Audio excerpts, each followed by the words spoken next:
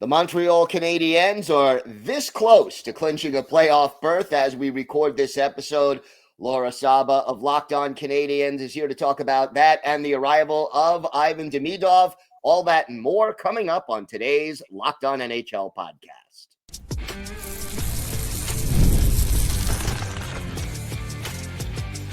You're Locked On NHL, your daily podcast on the National Hockey League.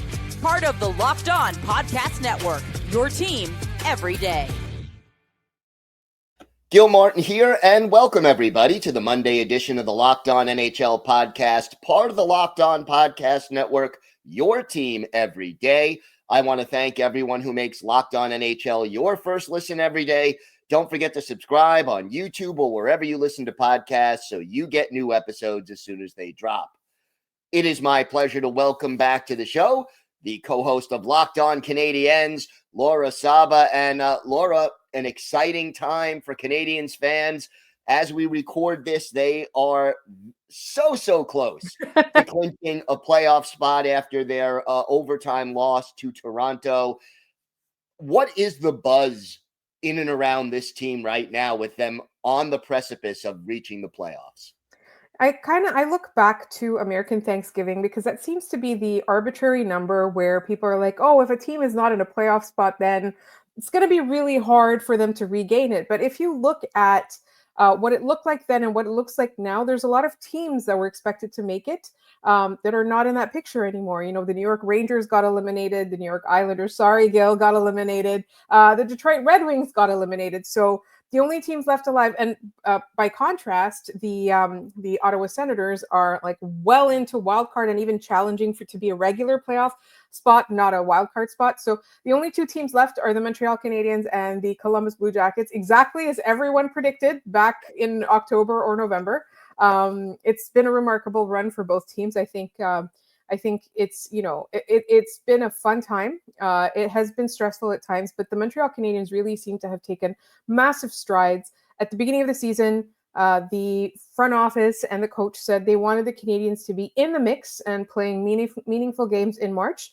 Here we are in April, and the Canadiens are playing meaningful games still, as are the Columbus Blue Jackets.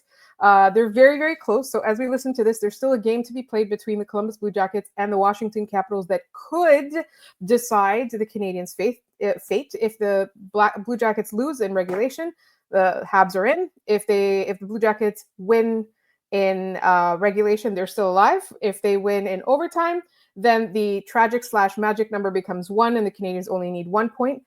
So the game could really determine it. But the way that I've chosen to see it is the Montreal Canadiens are in control of their own fate. And all they need to do is they need to win their next game, which is Monday night, the day that you're listening to this, against the Chicago Blackhawks. And then how much pressure is on them if they need to win that game, just because their last game is not an easy game on the schedule? It's really not. It's against the Hurricanes, who the Canadiens managed to really beat handily and then also be crushed by over the course of the season. So it's not set in stone. But really, the Canadiens squandered 2 opportunities to clinch. They had a game in Ottawa and a game in Toronto on Friday and Saturday, and they lost the game in Ottawa. And they lost in overtime to the Leafs, which is small comfort because, yes, they did reduce that magic/tragic number to 1. However, it would have been nice to win, particularly since the Leafs have been really tough for them to beat this whole season. A lot of buzz right now about the arrival of Ivan Demidov to the team. He is expected to make his debut Monday against Chicago. Talk to me about what he brings to the table for this team. And this is almost like a bonus trade deadline edition because you're getting a talented fresh player before the playoffs start. A talented fresh player who the Canadiens are lucky fell to 5th, right? This is a player that was slated to go second even, but the teams ahead of them obviously had other plans. They had other players that fit better into their futures, they thought. So the Canadiens kind of quietly sat down while they waited for Ivan Demidov to fall to them, and they got really lucky. They're getting a massive potential talent. He has had I believe, please correct me if I'm wrong. The listeners will probably correct us if I'm wrong. He has had the greatest rookie season in the KHL. And despite the fact that he was played only a couple minutes a game and often on the fourth line, he was healthy, scratched a lot. So he still managed to do that. He's very dynamic. He's got incredible talent. The Montreal Canadiens do need scoring. They need a lot of help up front. They also are struggling a little bit with their second line. Their second line hasn't really been able to find its footing all season. And there's high potential players on there as well. So I think that that's really a possibility of that's where they play him, at least for now. I think over the course of his career, he is eventually going to steal a spot on the first line and be a first liner. But right now it's just his first game. I think they're going to ease him in. There's a lot of pressure. People camped out in front of the arrivals at Pearson when he was due to arrive. So, this is European soccer buzz levels for a player here in Montreal. So I think it's going to be a big deal. But what he brings, I think, is really just this offensive creativity, this talent, he's big, he's fast, he's smart, he's unbelievably skilled. And all Marty's going to need to do is kind of direct that skill, and he's going to be phenomenal. Who do you think are his most likely line mates initially? For now, I think he's going to go with Newhook and Patrick Laine. I think for sure, but I don't see a future with him not on the Nick Suzuki line, like in the long term. I think for now, they're not going to break up that top line. I think, and it doesn't need help, right? Like it's the second line that really does need help. And the other two lines are fine too. And it would be a mistake to play Ivan Demidov on the bottom six unless it's just to ease him in on the first game, because his talent is too great. His offensive ability is too great. So I feel like, let's say for the 2024-2025 season, we're going to see him on the second line. And then next season, it's going to be a whole other story. And how about the power play? Do you think he fits there and first unit, second unit? I think it's going to be like a Lane Hudson story where Marty starts him on the second unit. And then before long, he's on the first unit.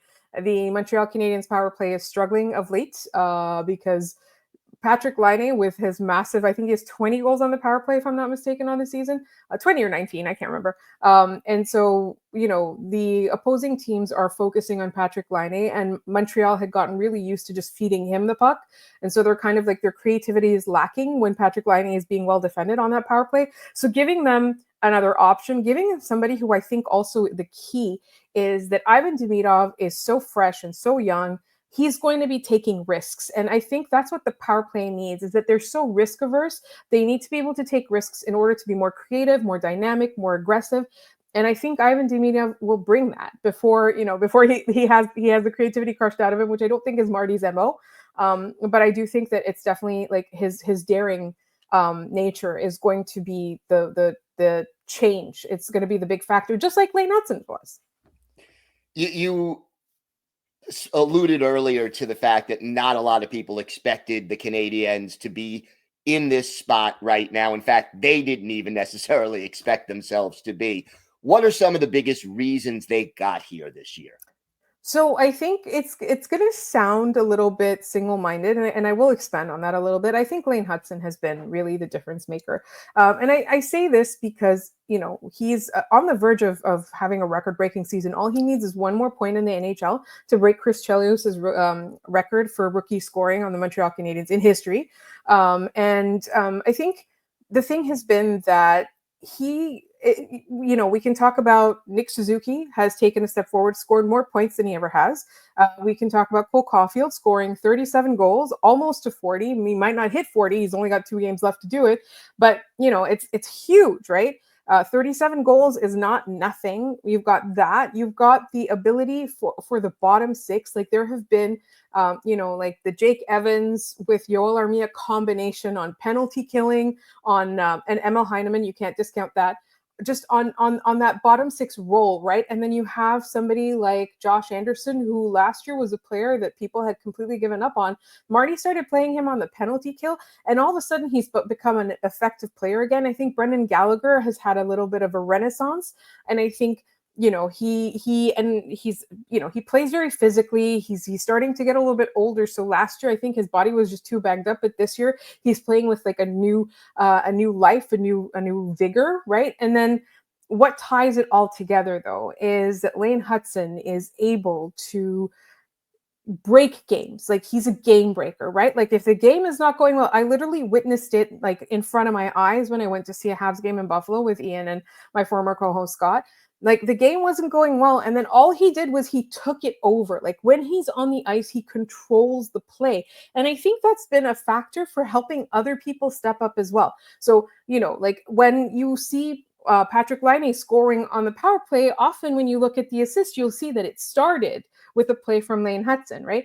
Alex Newhook cannot be discounted. His scoring isn't up. His scoring is actually like, it's not a whole lot to be desired. But when you watch him, he's one of the best players to bring the puck into the zone, right? Like, the zone entry has gotten better. So if every single player on this roster has gotten a little bit better at one thing or two things, and then you take your Nick Suzuki, massive stride forward, you take your Brendan Gallagher playing like, when he was young, and you take your Cole Caulfield, massive stride forward, even Juraj Slafkovsky, like he struggled at the beginning. He's got it back now. He's second half Slav. The challenge for him is going to be like a full season Slav next year. But if you take all those little things and then you add the Lane Hutson, I don't think it's surprising that, you're talking about a team that finished like bottom 5 last year and is now literally like one of the top 16.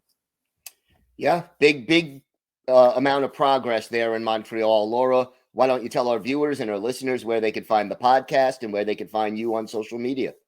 So we are Locked On Canadiens, available wherever you get your podcasts, as well as on YouTube, just like this podcast.